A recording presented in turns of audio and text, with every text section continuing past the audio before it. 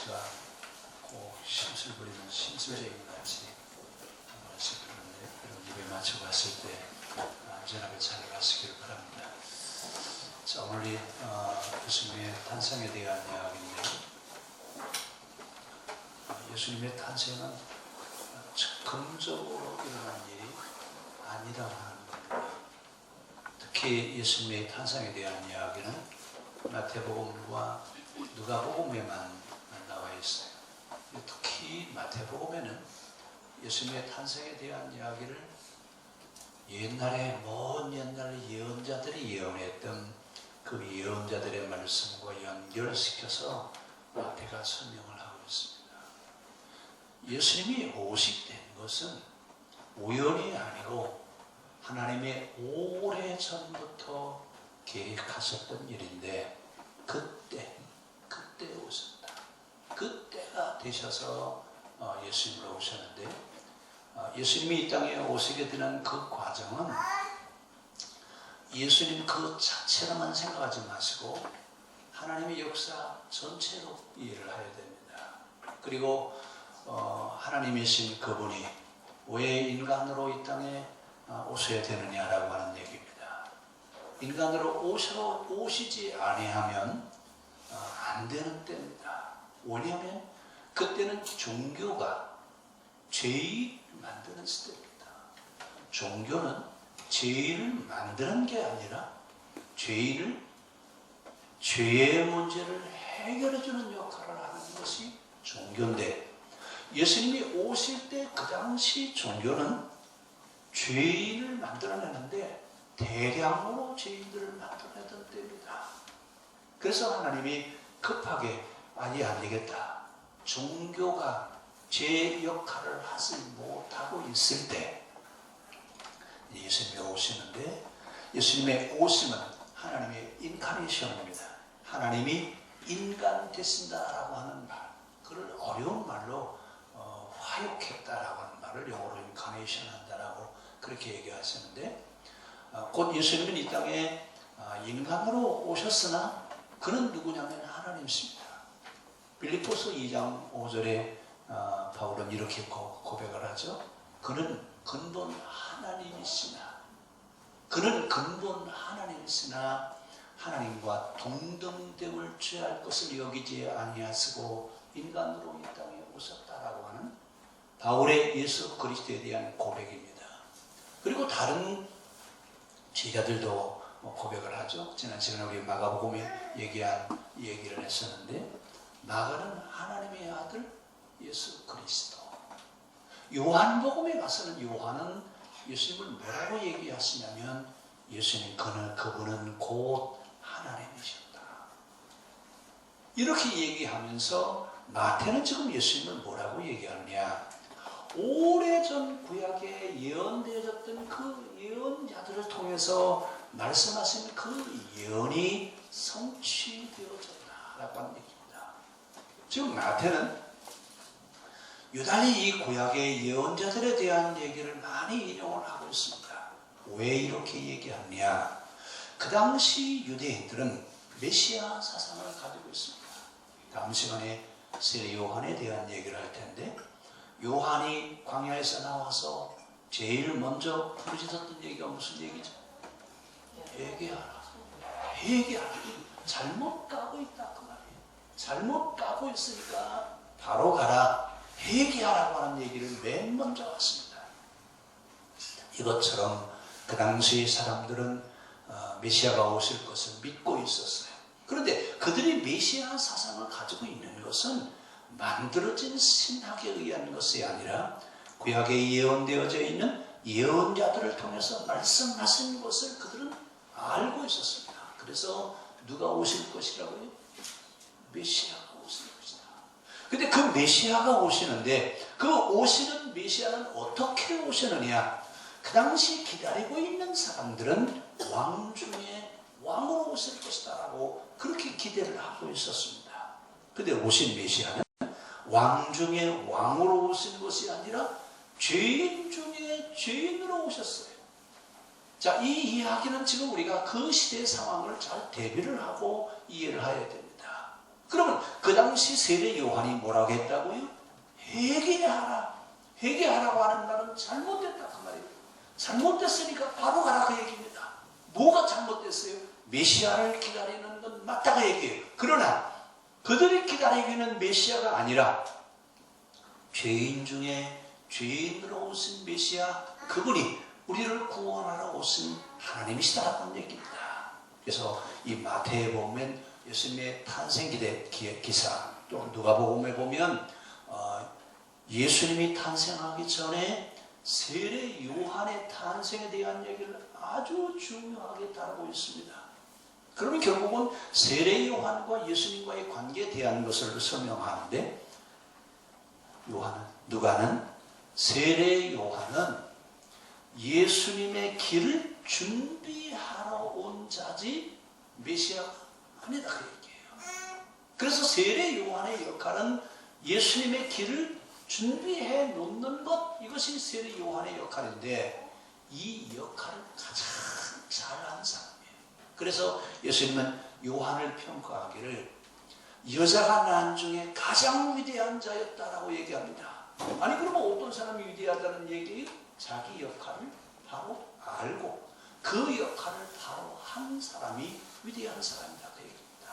오늘 그러면서 이제 이 땅에 예수 그리스도의 오심에 대한 이야기를 마태는 구약의 예언자들에 대한 말씀을 가지고 얘기하는데, 그는 동정녀로 탄생할 것이다. 스가랴 9장 9절에 예언이 되어져 있고, 그는 베들레헴에서 탄생할 것이다. 미가서 5장 2절에 예언되어 있습니다.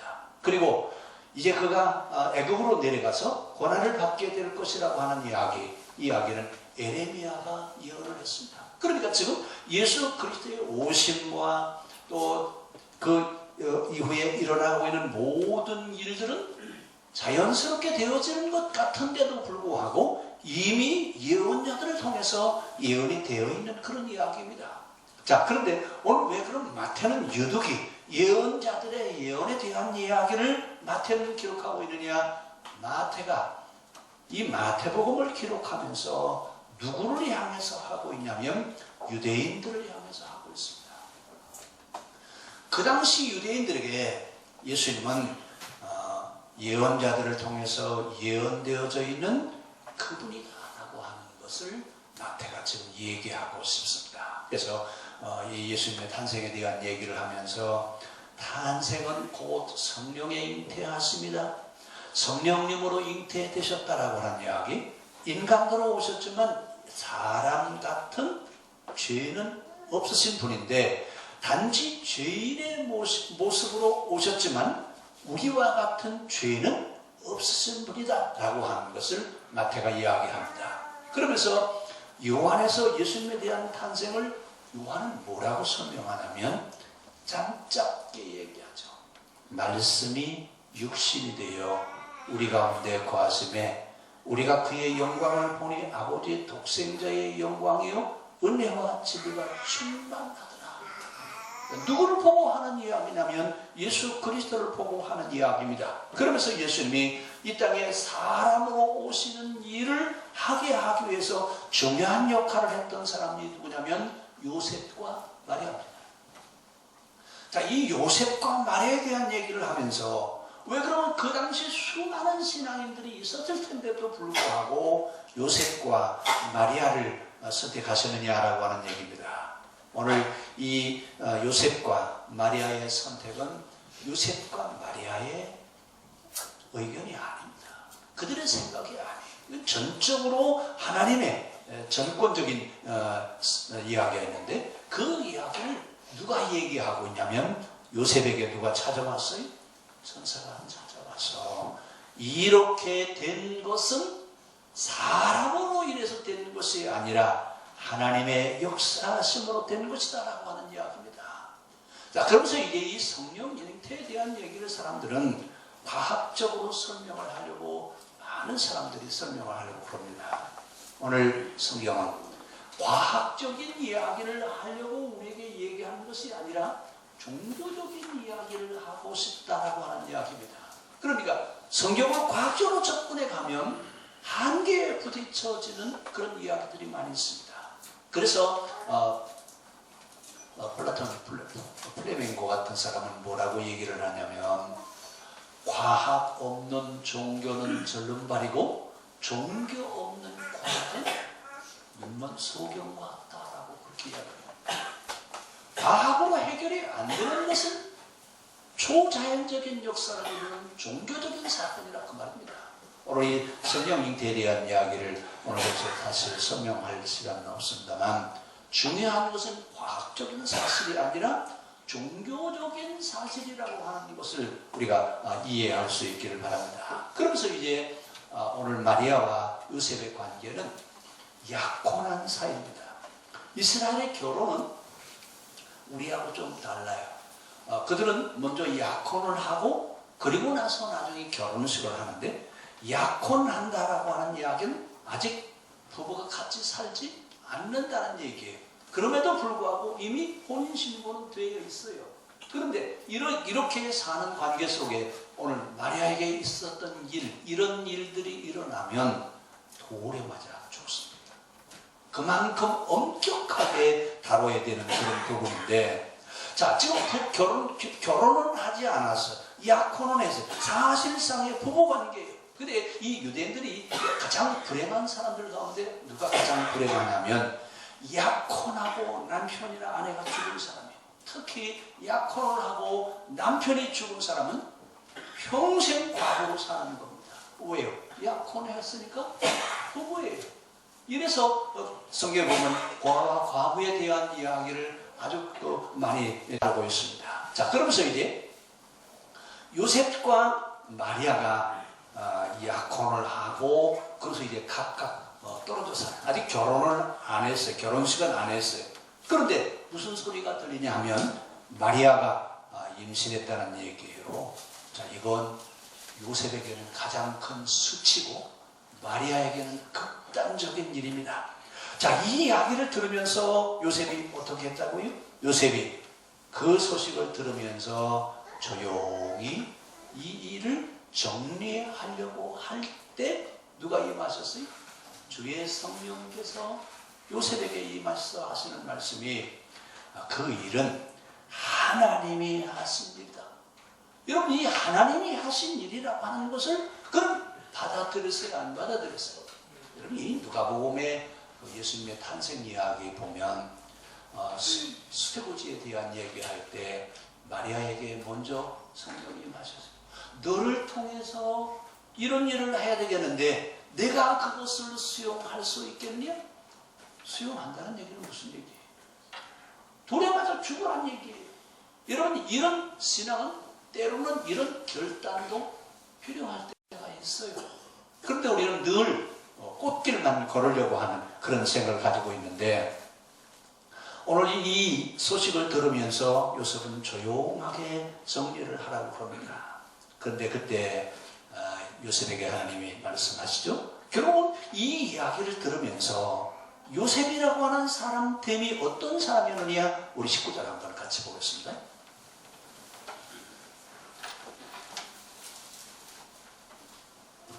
그의 남편 요셉은 의로운 사람이라.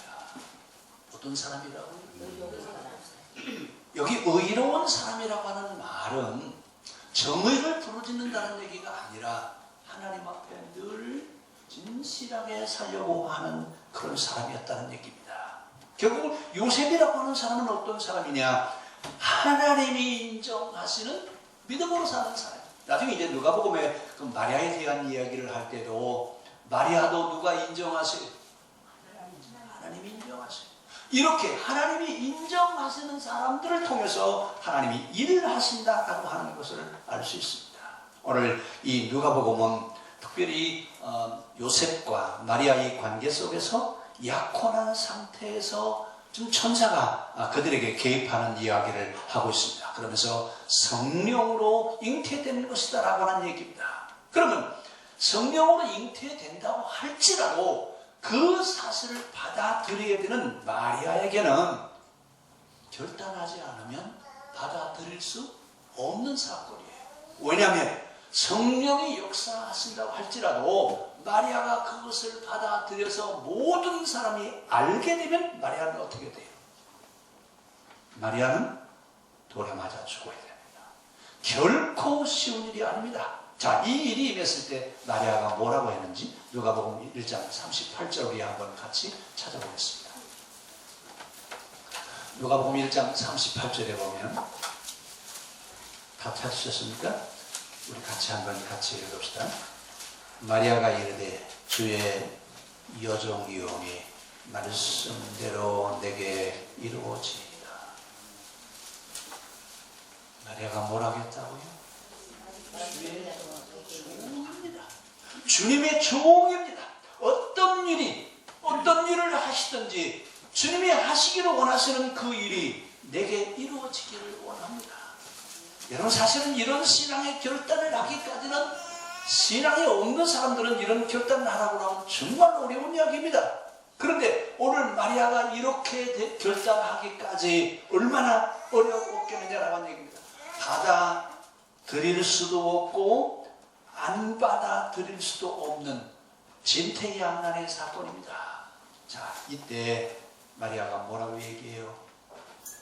주의 종이오니 나는 그 일을 감당할 만한 사람이 아닙니다. 나는 그 일을 내가 해낼 만한 그런 사명은 내게 없습니다. 그러나 성령께서 말씀하신다고 하면, 하나님이 그 일을 하시기를 원하신다면 하나님의 뜻이 나를 통해서 이루어지기를 원합니다. 그러면서 온전하게 자기를 하나님 앞에 맡기는, 무조건 하나님 앞에 자기 자신을 맡기는 그런 모습을 우리에게 보여주고 있습니다. 저는 감당할 수 없습니다. 저는 그 일을 감당하려면 나는 필히 실패할 수밖에 없습니다. 많은 공격이 내게 올 텐데 나는 그것을 견뎌낼 만한 그만한 힘이 없습니다. 그러나 오늘 마리아는 기도하면서 하나님께서 하시기를 원하신다면 주의 종이 오니 뜻대로 하시옵소서. 주의 종이 오니 주님이 원하시는 대로 되어지기를 원합니다. 나는 숱한 어려움과 마귀의 많은 공격과 여러 가지 어려운 치열한 싸움이 내게 온다고 할지라도 나는 그것을 받아들이겠습니다라고 하는 얘기입니다. 오늘 신앙생활 한다라고 하는 게 뭐냐 그 얘기예요. 신앙생활 한다고 하는 것이 바로 이런 신앙의 어떤 절정기에 갔을 때 자기를 전적으로 하나님께 내어 맡길 수 있는 그런 위임할 수 있는, 위탁할 수 있는 그런 믿음의 결단도 우리에게도 함께 있기를 바랍니다. 아멘. 그러면서 마태복음에는 예수님이 어디서 탄생하셨냐면, 어디서 탄생하셨어요? 나사렛에? 베들레헴에서 탄생하셨어요.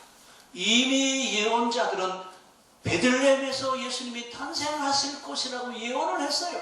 근데 지금 예수님 어머니와 아버지는 어디 살아요? 나사렛에서 베들레헴까지는 가까운 거리가 아닙니다. 그런데 지금 베들레헴에서 예수님이 탄생하신대요. 그러면 언제 예수님을 베들레헴으로 가서 나게 하셨느냐?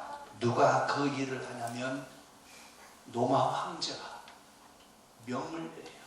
로마 제국 안에 있는 사람들은 다 자기의 본적지에 가서 호적을 해라. 인고조사 명령을 왕이 내립니다. 자, 황제가 인고조사의 명령을 내리게 됐을 때 요셉과 마리아도 안 갈 수 없어요. 이제 그때 마리아의 상황은 만삭이 되어져 있는 상황이라고 했습니다. 그런데 지금 베들레헴에 가서 아이를 낳을 거라고 마리아가 알았죠? 요셉도 알았어요? 아무도 예측할 수 없는, 아무도 알지 못하는 그런 상황입니다. 그런데 이 마리아와 요셉에게 예수님의 수태고지에 대한 얘기를 하면서 어디서 낳으라 말씀하시죠? 베들레헴에 가서 낳으라고 그랬어요?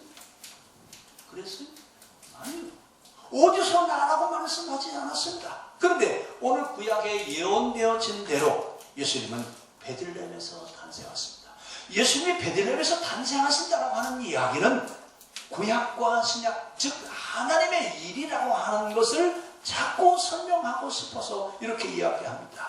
오늘 요셉과 마리아에게 베들레헴에 가서 나오라고 명령하셨습니까? 아니에요. 근데 뭐 때문에 가느냐? 로마 황제 아우구스토가 전 로마 제국에 있는 사람들에게 명령하기를 너희는 가서 본적지에 가서 호적을 하고 오라고. 그래서 마리아와 요셉도 황제의 명령에 따라서 갈 수밖에 없죠. 그래서 본적지가 어디였다는 얘기예요?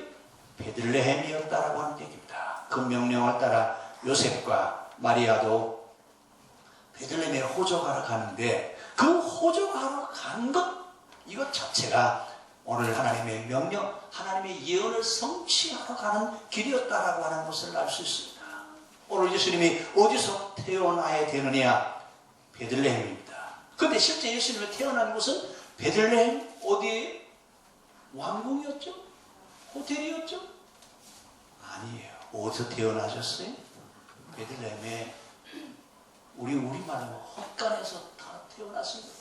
왜냐하면 온 세계 모든 사람들이 동시에 이동하게 되니까 숙박시설이 모자랐죠.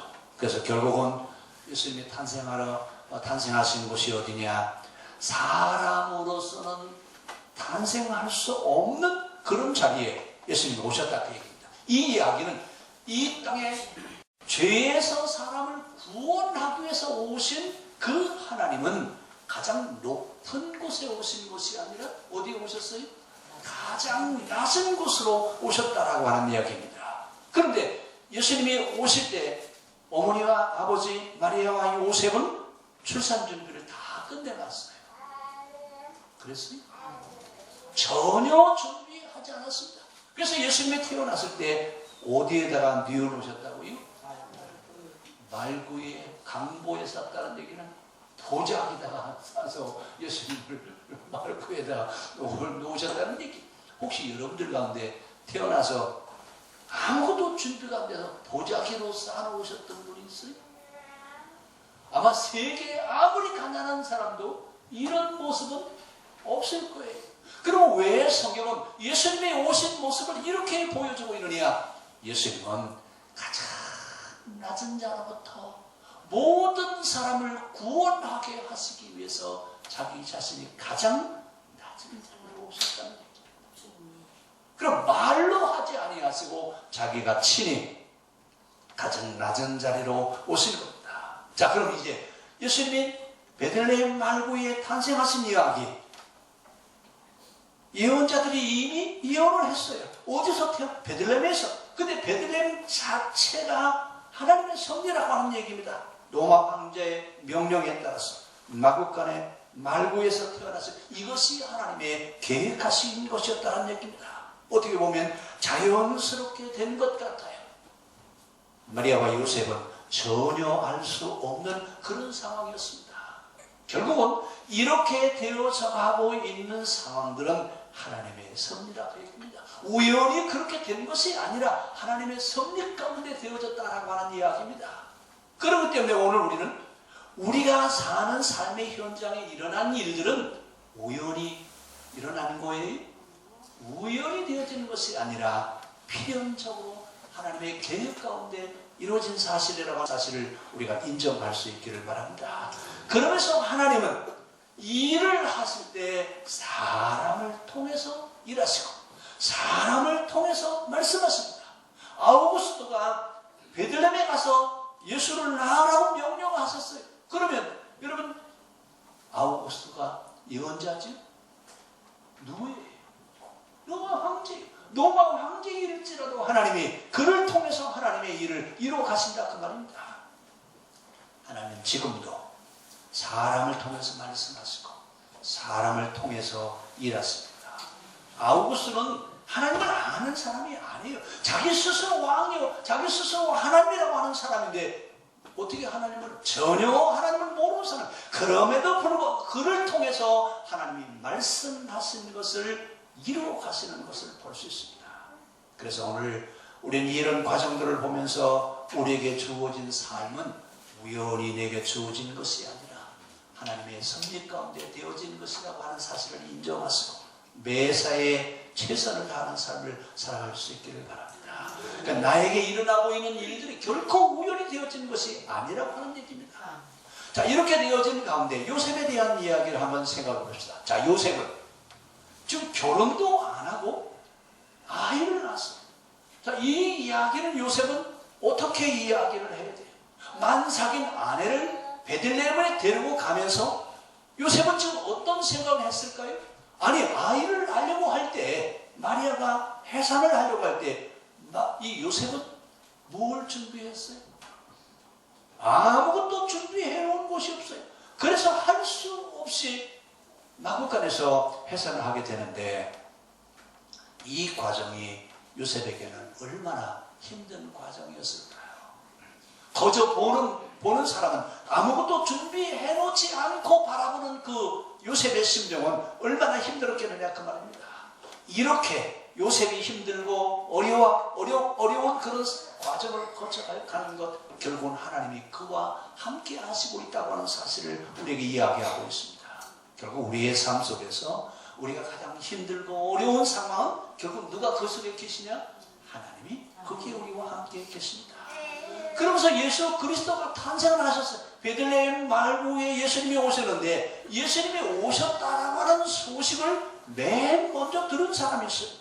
누가 들었느냐? 목동들이 들었어요. 목동들이 한밤에 잠을 자지 않고 깨어서 있을 때 뭐라고 얘기해요? 하늘에는 영광, 땅에는 기뻐할 기쁜 소식이다. 근데 그 이야기를 들은 사람은 예루살렘 성전에 있는 종교 지도자들이 아니라 들판에서 양을 치고 있던 목동들이라 그 말입니다. 그 당시 목동은 어떤 사람이냐? 그 당시 목동은 죄인이에요. 그런데 죄인 중에 가장 큰 죄인이 누구냐? 목동. 그 다음에 세리. 이런 사람이 그 당시 가장 죄인 가운데 가장 큰 죄인이에요. 그러면 예수님이 오신 소식을 맨 먼저 들은 사람이 누구라고요? 목동들이에요.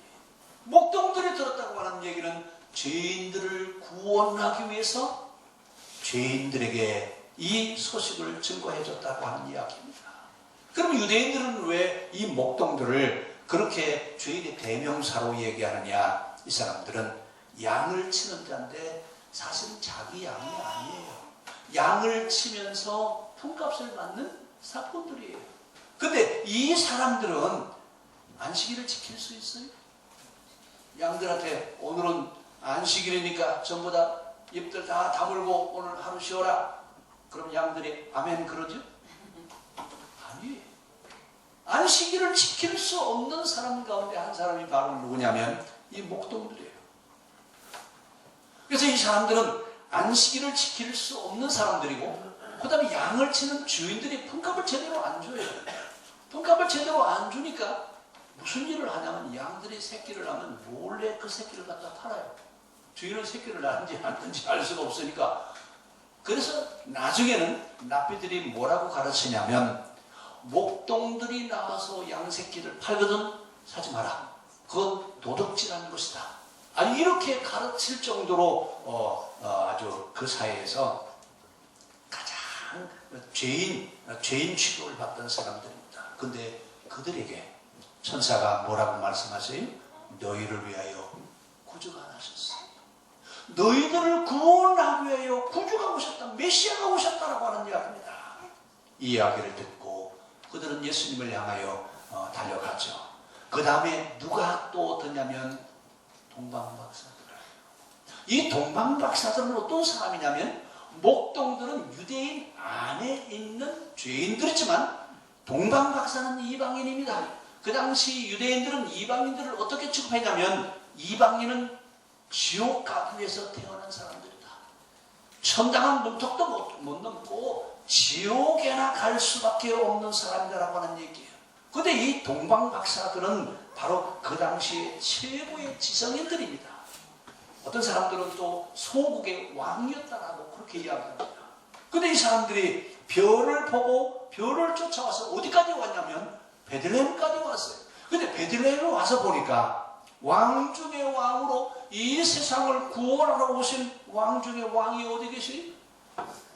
어디 계시? 마구간에 누워있는 거예요. 근데 여러분, 이 사람들은 마구간에 누워있는 예수 그리스도를 바라보면서 그 그들은 뭐라고 얘기했어요? 에이, 왕이 어떻게 마구간에 탄생하지? 이런 왕이 아니신가 보다. 그랬어요? 여러분 2장 11절 한번 같이 보겠습니다.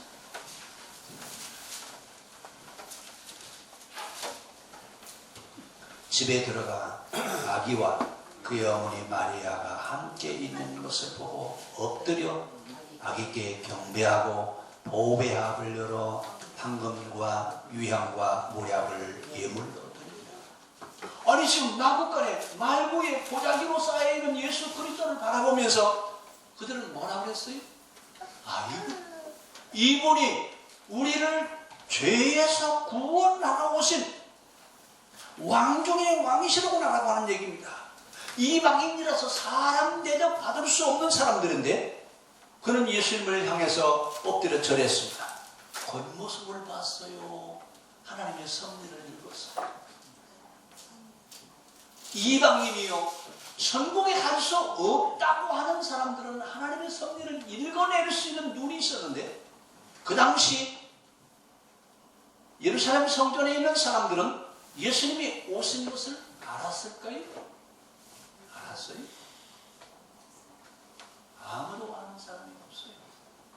그러나 들판에 있는 목동들과 별을 보고 찾아온 동방박사의 사람들은 이방인임에도 불구하고 엎드려 경배하고 뭘 줬냐면 황금과 유향과 모략을 예물로 드렸다.